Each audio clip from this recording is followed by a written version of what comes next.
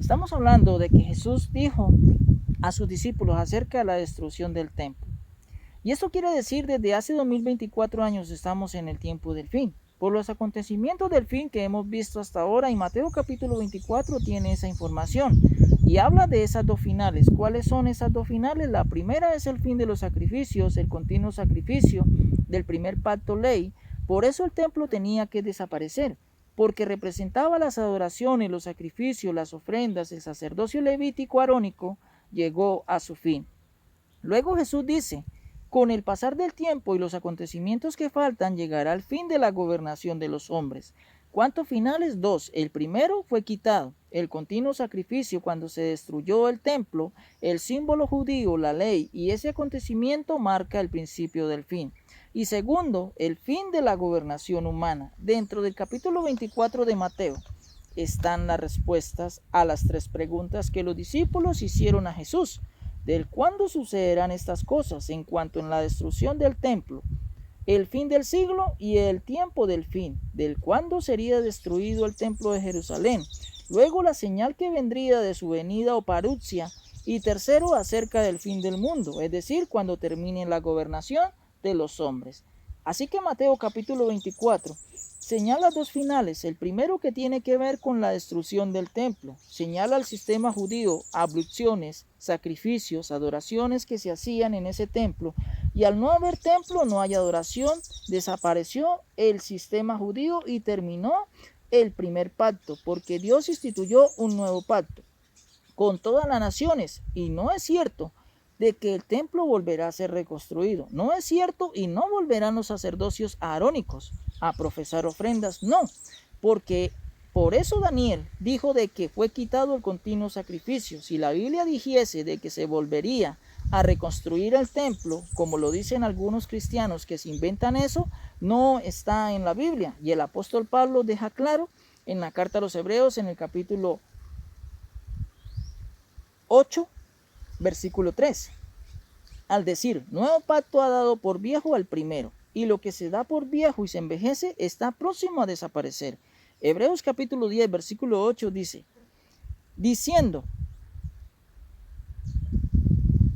primero, sacrificio y ofrenda y holocaustos y expiaciones por el pecado no quisiste, ni te agradaron, las cuales cosas se ofrecen según la ley. Versículo 9. Y diciendo luego, he aquí que vengo, oh Dios, para hacer tu voluntad. Quítalo primero para establecer esto último. Versículo 10. En esa voluntad somos santificados mediante la ofrenda del cuerpo de Jesucristo, hecha una vez para siempre. El primer pacto quedó inservible, por eso la ley no se volverá a restaurar, porque estamos en un nuevo pacto, que es la gracia. Y el apóstol Pablo dice de que es un pacto mucho mejor. Viene la primera clave que Jesús le dice a sus discípulos. Jesús dice, cuando oyeren de guerras y rumores de guerra, resulta que Jerusalén se había rebelado contra Roma y se había acuartelado, y desde Roma venían con mensajes de que si no se sometían, habría guerra. Y surgían rumores de guerra. Y Jesús les dijo, cuando oyeren estos rumores, está atentos. Lo mismo sucederá en el final de los tiempos, donde las guerras nos alertarán para los que estén en ese tiempo con vida. Cuando fue la desolación desoladora, en cuanto a la destrucción del templo, los cristianos, los discípulos, no estaban en Jerusalén porque habían acatado las señales. Porque Jesús les dice en Lucas capítulo 21, versículo 20, pero cuando viereis a Jerusalén rodeada de ejércitos, sabed entonces que su destrucción ha llegado. Por eso Jesús dijo en Mateo, primero, vendrán rumores de guerras, es decir, primero vendrán los ejércitos, y cuando los vean pilas, ya no hay más tiempo, y en ese momento se cumple lo que Daniel dijo, y Mateo 24, versículo 15 dice, por tanto, cuando veáis en el lugar santo la abominación desoladora de que habló el profeta Daniel, el que lee entienda. Daniel capítulo 9, versículo 27 dice, y por otra semana confirmará el pacto con muchos, a la mitad de la semana hará cesar el sacrificio y la ofrenda. Después, con la muchedumbre de las abominaciones, vendrá el desolador, hasta que venga la consumación y lo que está determinado se derrame sobre el desolador. Daniel capítulo 11, versículo 31 dice: y se levantarán de su parte tropas que profanarán el santuario y la fortaleza y quitarán el continuo sacrificio y pondrán la abominación desoladora. ¿Quiénes fueron estas tropas? Las tropas del Imperio Romano. Daniel capítulo 12, versículo 11 dice: y desde el tiempo que se ha quitado el continuo sacrificio hasta la abominación desoladora habrá 1290 días. Jesús les dice a sus discípulos: cuando vean ejército rodeando a Jerusalén, ya no hay tiempo, la destrucción del templo viene ya.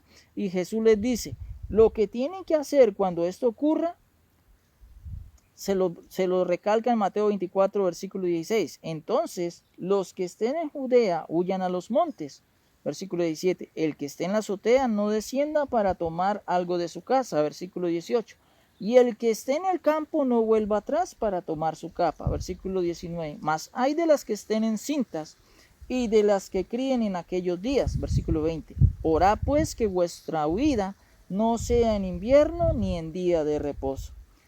Esto no es el fin, sino fue lo del templo de Jerusalén. Y por eso no hay que confundirse. Jesús les dijo: las cosas materiales en ese momento no importan, porque lo que ustedes tienen que hacer es luchar por su vida. Es decir, usted y yo debemos luchar es por la vida eterna. Las cosas materiales no nos sirven, porque quienes se devolvieron por algo perdieron la vida, así como le sucedió a la mujer de Lot. Y Mateo 24, versículo 21, dice: porque habrán entonces gran tribulación, cual no la ha habido desde el principio del mundo hasta ahora, ni la habrá. Esta frase tiene también doble propósito. Para el pueblo de Israel habría una tribulación que no la había habido o enfrentado antes, y fue una gran tribulación. Y para los que están al final, o los que estén al final del mundo, va a haber una gran tribulación que tampoco la habrán enfrentado antes. Dentro de la profecía debo entender en que hay cosas que tienen doble propósito. Históricamente, esta profecía y esta señal se cumplió en el año 70, es decir, desde el año 70 después de Cristo, Jerusalén no ha sido reedificada y el templo también está en ruinas desde el año 70. Porque el general Tito vino y sitió la ciudad hasta que logró entrar en su fortaleza y mató y apresó a los que estaban dentro y destruyó el templo. Y vino la desolación desoladora, que dijo Daniel, porque ese hombre llamado Tito se sentó en el templo y profanó el lugar santo. Esa es la desolación desoladora. Jerusalén estaba en rebeldía en contra de Roma desde el año 66 después de Cristo, es decir, 4 años atrás. Y Tito sitió y tomó la ciudad y destruyó el templo en el año 70 después de Cristo. Y como testimonio de eso, hoy hay un arco en Roma y le llaman el arco de Tito. Y está grabado en piedra el acontecimiento en historia de lo que hizo Tito con el pueblo de Israel. Y por eso Jehová es el Dios histórico.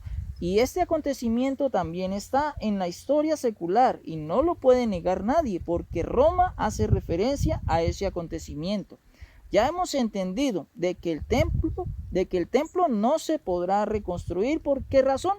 No se puede reconstruir el templo porque en la profecía está de que el templo terminaría. ¿Dónde terminaría el sistema judío o el primer pacto?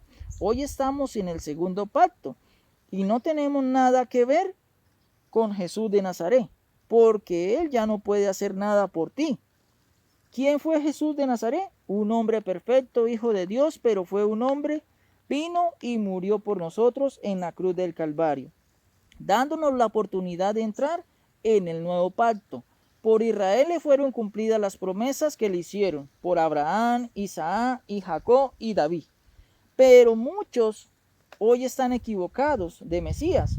Y la función del Mesías, la promesa que Dios había dado a Israel, era de que vendría un hombre que tomaría el lugar de Adán y daría su vida perfecta por la de ¿quién? Por la de la recuperación del reino y por nuestra redención, dándonos promesas futuras. Eso era lo que vendría a ser haría unas señales para mostrar de que Él era el Mesías y del cuándo Él reinará. Esas cosas irán a suceder, eso era todo el Mesías. Pero los israelitas hasta el día de hoy siguen esperando un rey, un general que coja ejércitos y enfrente a las demás naciones y ponga a Israel por encima de todos. A Pedro le pasó lo mismo en el huerto. Cuando arrestaron a Jesús, Pedro sacó su espada y le quitó la oreja al siervo del sumo sacerdote. Y Jesús tuvo que decirle, guarda tu espada. Eso está en Mateo 26, versículos 52 al 54. Jesús le diría, aquí el problema no es de ejércitos ni de guerras. El problema aquí es el restaurar el reino de Dios. Hay muchos que están equivocados en la función del Mesías. Piensan que están para que el Mesías los sane, les dé un trabajo, les dé una casa, un carro. Y eso no es la función del Mesías príncipe, del Hijo de Dios. Su función es recuperar su reino y devolver el reino a su Padre. Con eso no estamos diciendo en que Dios nos sane.